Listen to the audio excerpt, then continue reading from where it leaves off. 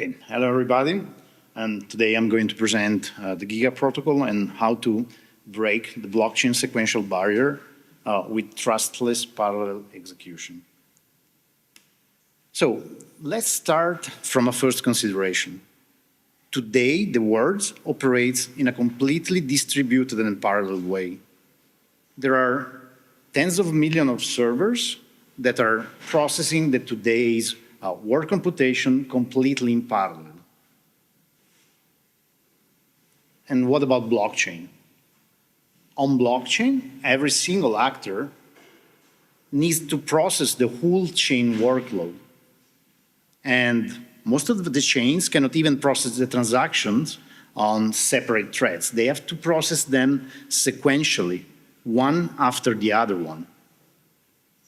And the block propagation also even requires re-execution.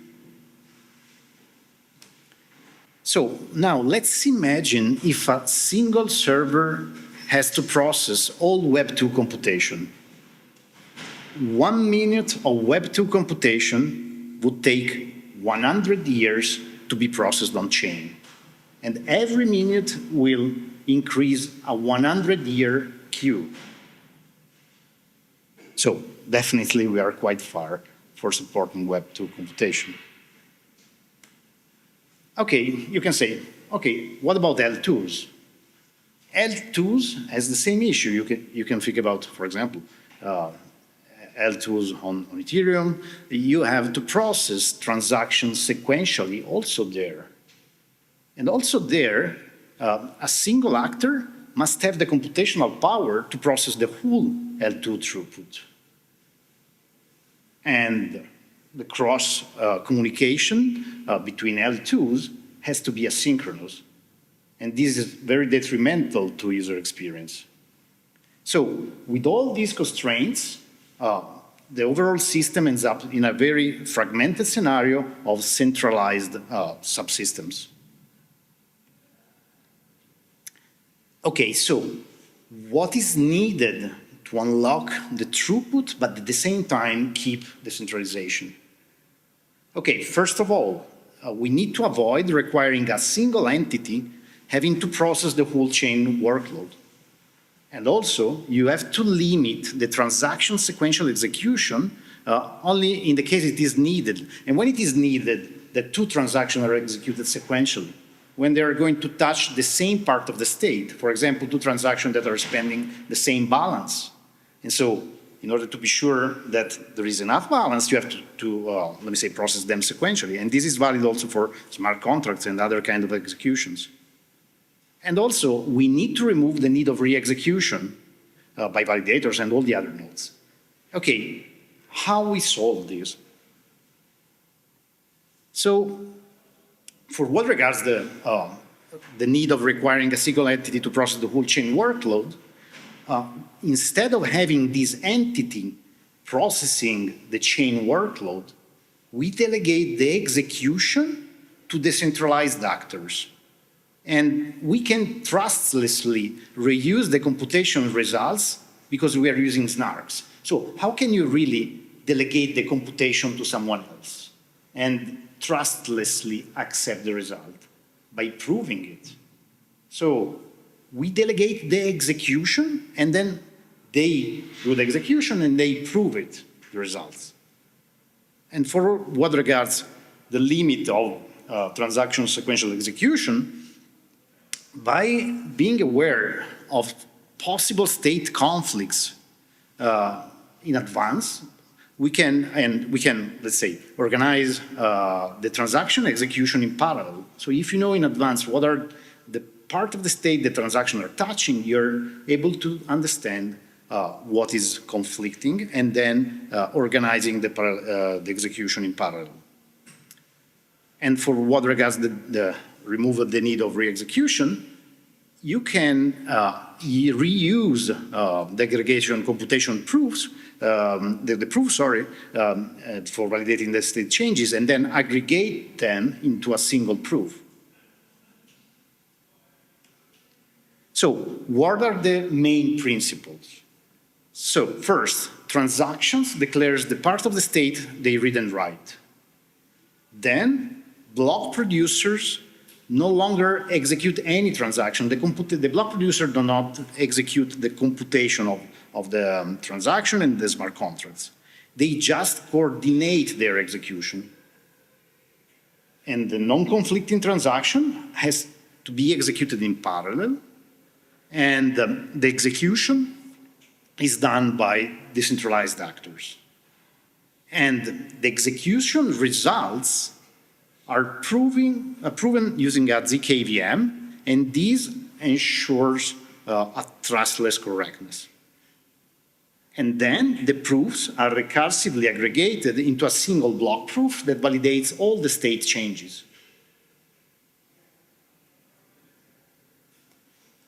Okay, now let's see how we model the ledger in order to enable an efficient parallel execution. Because also the ledger model has an impact on how much you can parallelize. Okay, first, here we can see we have three different entities, the smart contract and two users. Okay, the state is structured in a non-monolithic way in order to maximize transaction isolation. And we will see later what does it mean. And so the state is composed by accounts, and each account contains substates that are other portion of the state.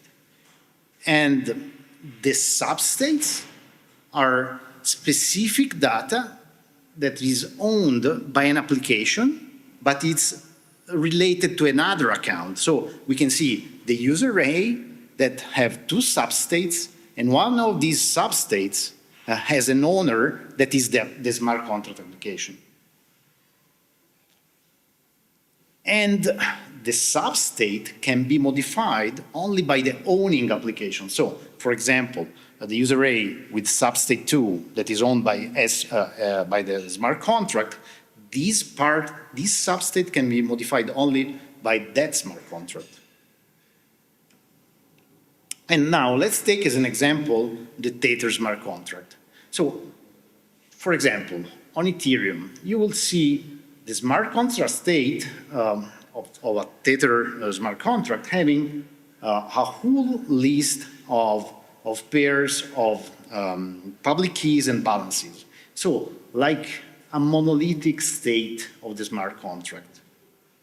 Instead, with this approach, we are splitting, let me say, these pairs, the public key and the balance, between the users. So the pair public key and balance is stored within the user account and in a substate that is owned by the Tether account. Why we are doing this? Because we can identify, let me say, more specifically, which accounts, which part of the state are touched. If we are not doing this, we will be able just to identify, let me say, all operations that are related to the Tether smart contract by using just the Tether account. Instead, now we are able to, if two users are interacting with the Tether smart contract, the part of the state that they are touching are different because they are moving, let me say, different part of the state. And so now the transaction, we can see that transactions specify which accounts they read and write to identify the possible state conflicts. And so in this case, two users will specify that are interacting with the Tether smart contract, they will specify their own account and not the Tether account. In such a way, the system can know in advance if these two transactions are in conflict or not. And so, by knowing which accounts are read and written, the execution can be organized in parallel, and the kind of transactions that are not, let me say, that are in conflict will be grouped for sequential execution. Okay, Now that we saw how the ledger model is structured, now we can see how the block generation scheme is structured in order to enable trustless parallel execution. So here we can see a block producer with its own mempool full of transactions, and each transaction is declaring which part of the state is touching, or better, what is the list of accounts that is writing and reading. But the block producer, as we were saying before, doesn't execute any transaction. What it does, the block producer organizes these transactions into non-conflicting batches and assigns them to decentralized batch provers. So, for example, the batch prover 1 will have a set of transactions that, let me say, are writing accounts, and such accounts cannot be written by the other batches. And in parallel, each batch prover executes natively its assigned transactions. And this execution needs to be sequential because there can be potential conflicts, because, I mean, the idea is to assign to a specific batch prover transactions that are potentially in conflict. And so, but now the sequential execution is only within the batch. And now you can have several batches and several batch provers that are even doing the execution in parallel. And you're not anymore bound to a single actor to execute everything in sequentially and limiting the throughput. You can see a batch prover like, let me say, a single chain somehow. And so, in such a way, you're unlocking the parallel execution. And, okay, one detail here. The native execution, or better, the on-chain logic here, when it's executed, is interacting not with the whole state, but with a state view. That is a sort of a subset of the whole state. And when the native execution happens, these state views are transitioned. So what do I mean? By applying the computation of transaction 1, the transaction 1, when affects the state, in reality, it affects the state view, and after the execution of transaction 1, you have, let me say, a modified state view. And this modified state view is the start state view of the next transaction. So, for example, let's imagine that transaction 1 is spending some balance, is decreasing some balance. The state view of the start state view of the next transaction will have the modified balance, and these ensure that the modifications are, let me say, coherent, and there is no double spend, for example.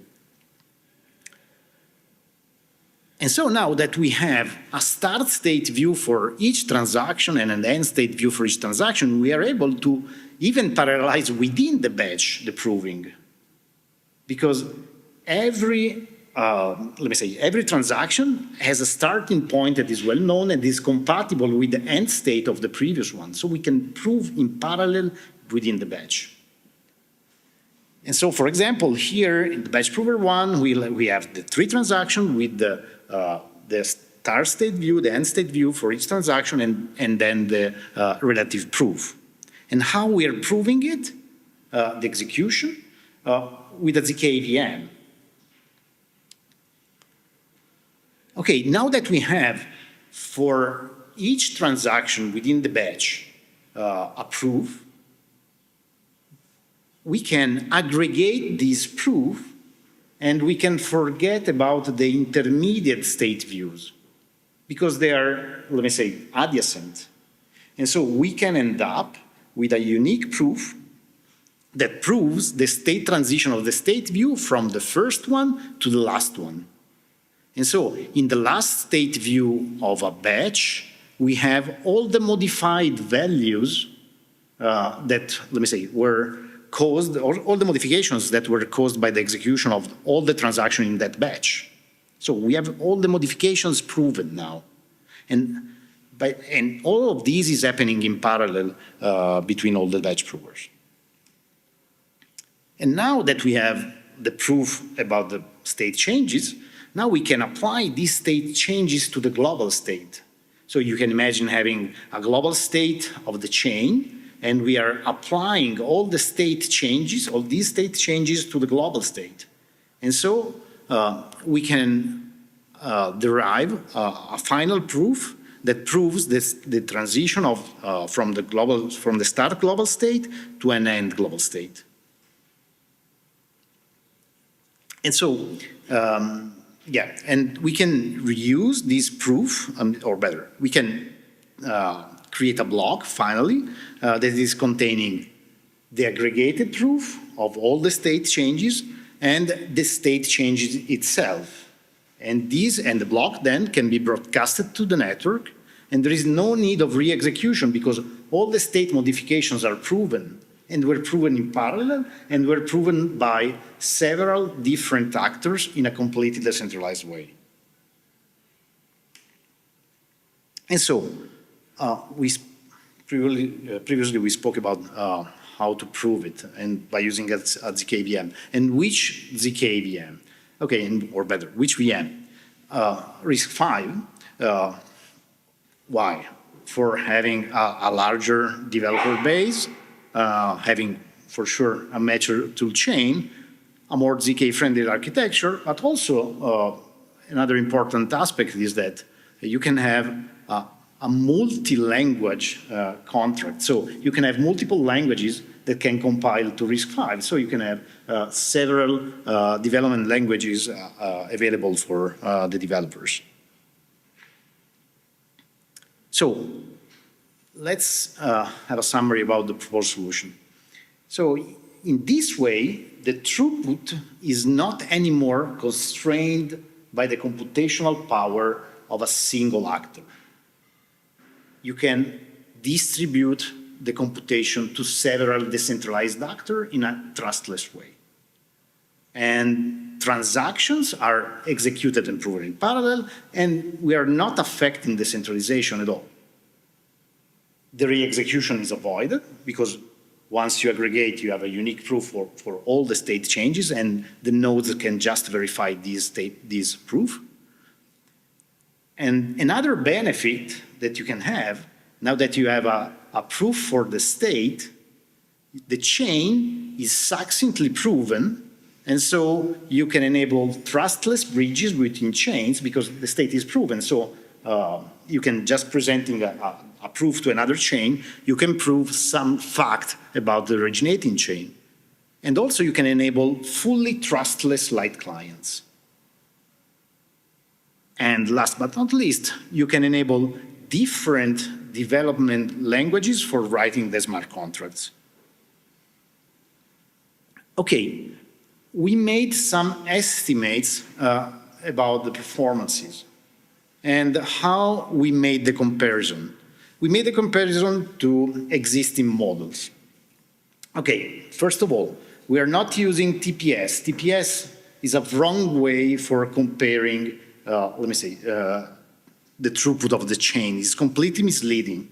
You have to compare the computational throughput, so like cycles per millisecond that the chain can process. And the models that we compared are the fully sequential one, like Ethereum, and a multi-thread one, like Solana, for example. And in order to have an apple-to-apple comparison, we assumed to have the same kind of VM in all the three scenarios. And also the same execution frequency and the same network parameters.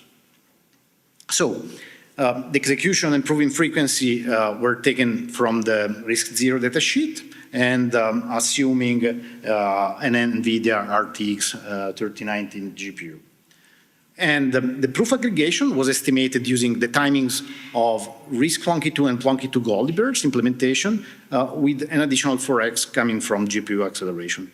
And what are RISC-Plonky2 and Plonky2 Goldilberg? RISC-Plonky2, because we use RISC-0 as a ZK VM, RISC-Plonky2 allows to wrap a RISC-0 receipt, and Plonky2 Goldbear is a Plonky2 version able to perform aggregation of the baby bear field without simulating arithmetic. And several scenarios have been estimated, assuming different computation per each transaction, and different number of transactions, different number of batches. So, very quickly, let's look at the last line, for example, where we have cycles per transactions that, let me say, it's the complexity of the transaction execution. So let's assume it's 800K cycles per transaction, and that we have 64 transactions per batch, and we estimated, for example, in this case, a huge load into the network. This is what we want to achieve. And so 16,000 batches. And the cycles that GIGA can process per second is 61 billion. And the fully sequential is 5 million, and the multi-thread is 100 million. So we can see a performance, let me say, speed up ratio of the GIGA protocol over the sequential one of 11,000 times faster, and over the multi-thread one, over 500 times faster. And so, where is Gigachain now? So we wrote a paper that is now available publicly on ePrint that describes in details how the protocol works, and there is also an incentive schemes that, let me say, assure decentralization of the protocol. We developed a prototype that is able to parallelize both the execution and the proving over multiple machines. And also we designed smart contracts that can be, that are written in Rust and that can be proven using RISC-0. And last but not least, we implemented also the proof aggregation and wrapping using RISC-Plonky2, I was saying before, and Plonky2 Goldbear currently on CPU. So that's all, and if you want to know more, this is the white paper. You can scan the QR code, or there's the link, and that's all. Thank you.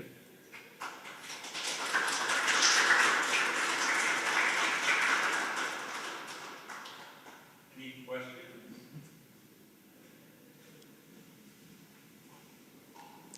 Yeah, I wonder about how the dependencies induced by user transmitted transaction translate into the gas model. So, you know, single transaction might cause different levels on congestion and level of parallelism. Is this something you have thought about, or have an idea? It's a good question. So, let's say, and this is mostly related to the incentive scheme. So, if you think, okay, the block producer, now think about the block producer.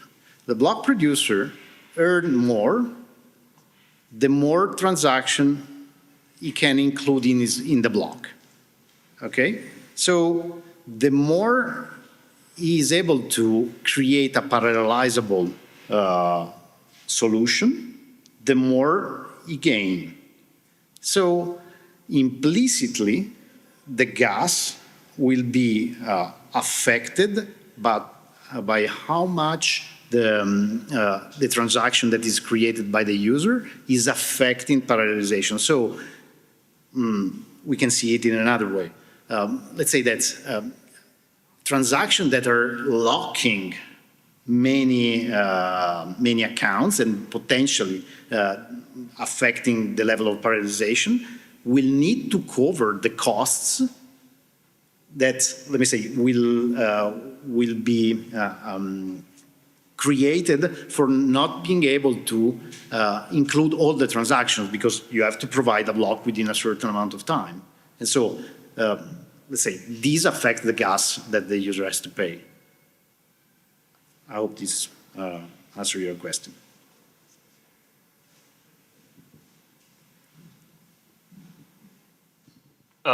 What is the bottleneck of your system that you imagine? Like if you were to implement the actual decentralized part of the different parts of the system, and assume that the workload is somewhat parallelizable, what do you think the bottleneck is? Sorry, what do you think the bottleneck is of your system? The bottleneck. Oh, okay. One element that needs to be fast is the aggregation part. So for this reason, so the recursive proof aggregation, even if it is, let me say, it scales logarithmically, so the cost of aggregating all the batches, okay, because it's in a tree form, and so this is one of the bottleneck. But we already saw with, for example, aggregating over Baby Bear, we already obtained with CPU very good, let me say, timings. And by leveraging GPU, we can even, let me say, have better numbers. So I think that, I mean, and these estimates are already, let me say, taking into consideration all the phases for creating a whole block. I listen to that. I don't see how that's a bottleneck, but I think that's probably how it reduces latency, right? But maybe we're doing something, right? I think it's more like if you increase the number of transactions, it will be the bottleneck on the system, which part to place down first. So if you increase what? Bandwidth. So like number of transactions, let's say equivalent of number of instructions. Yeah, I mean, but if you increase the number of transactions, I mean, you can, let's say, augment the number of parallel batch provers that are working, and then, let me say, yeah, at some point you will hit the limit of the block time, but let's say this limit can be quite bigger. And let's say, in addition to this, we are also working on a consensus that allows to, let's say, not affect too much, let me say, the latency, and at the same time allowing a very, let's say, allowing having big trees of transactions, and so including many more transactions. So because one trade-off is the latency. So if you're thinking to create a huge tree of transactions, then implicitly you're considering having a longer block time. But we are thinking about, let me say, and working on a consensus that would allow to, let me say, not affect the latency while keeping the possibility to have huge trees that could aggregate many more transactions. Any other questions? All right. Thank you very much. Thank you.